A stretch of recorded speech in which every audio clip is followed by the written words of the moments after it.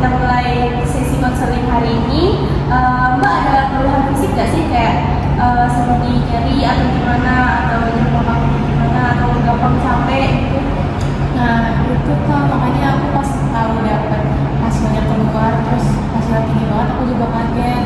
Tapi kalau merasa ini keluhan paling aku kayak ngerasa pegel-pegel aja sih, pegel-pegel di kaki. Terus kadang juga suka agak pusing gitu. Berarti keluhan Mbak ini betul-betul gitu ya. Nah itu tuh kemungkinan besar adalah dari asam uratnya Mbak itu. Kan tadi kan asam urat Mbak kan tinggi kan dari sampel. Nah itu benar apa, asam urat itu juga identik dengan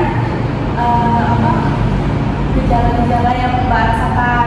Nah, kan sekarang ini Mbak masih muda ya. Nah itu banyak juga anak muda yang kena asam urat karena biasanya dipengaruhi dari pola makannya atau gaya hidupnya. Nah makanya bagus banget Mbak sekarang biar cepat ditangani, biar nggak parah juga. Kalau saya ingin bertanya tentang pola makannya boleh Mbak? Iya boleh Kak. Jadi kalau pola makan aku emang masih nggak teratur sih. Jujur mau bilangnya juga ngaruh karena banyak banget makan yang aneh-aneh. Karena aku tuh suka makan yang instan juga, fast food, sama kayak suka daging-dagingan, apalagi kikil kayak gitu aku suka banget Kak, sama sus gitu. Makasih ya Mbak sudah jujur atas pola makannya. Dan di sini Mbak nggak sendirian ya, banyak banget kok mahasiswa itu yang mereka pola makannya itu emang mirip kayak Mbak, suka makan fast food dan lain-lain, jeroan, tapi kan yang harganya emang murah gitu ya. Nah yang penting sekarang kita di sini benerin dulu nih gimana yang salah dari pola makan Mbak. Jadi kita di sini bahas bareng-bareng ya Mbak.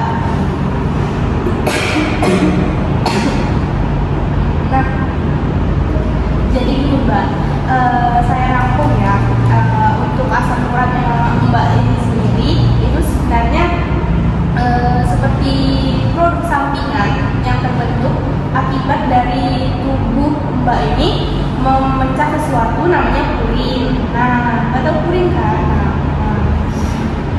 Jadi si purin ini banyak dikandung dari beberapa bahan makanan, salah satunya jeroan itu tadi yang Mbak suka makan itu.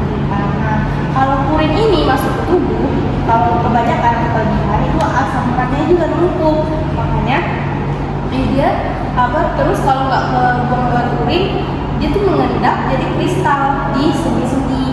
Nah itu yang bikin banyak tuh nyeri gitu. Nah bahkan bisa bengkak juga kalau misalkan udah parah gitu.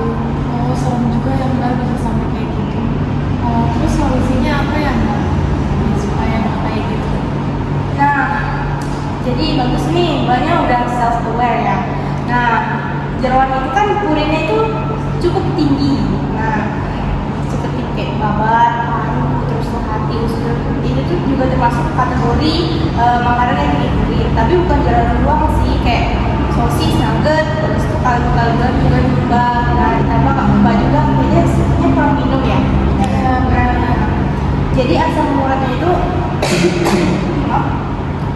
itu nggak bisa dibuang maksimal dari itu lewat urin. Jadi makanya ibarat buat mampet deh gitu. Nah jadi kotoran itu numpuk.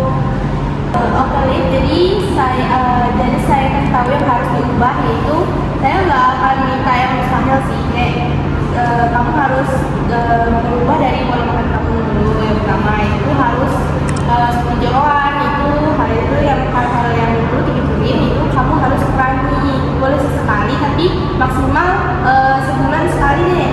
Nah dan porsinya juga kecil, kita batasi. Terus biar dia itu nggak berdampak dengan asam urat kamu. Terus sosis, nugget juga itu yang dibuburin juga sebaiknya dikurangi. Nah kamu bisa ganti dengan masak tahu atau tempe yang aman dikonsumsi bagi kamu.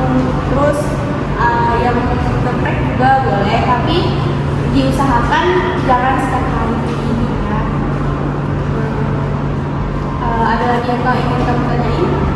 Mungkin itu dulu sih Mbak, mau coba lihat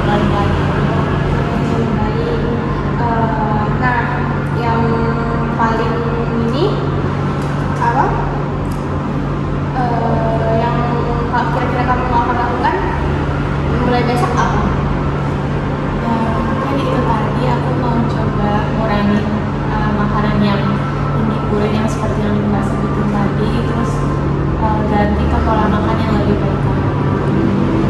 Nah bagus itu.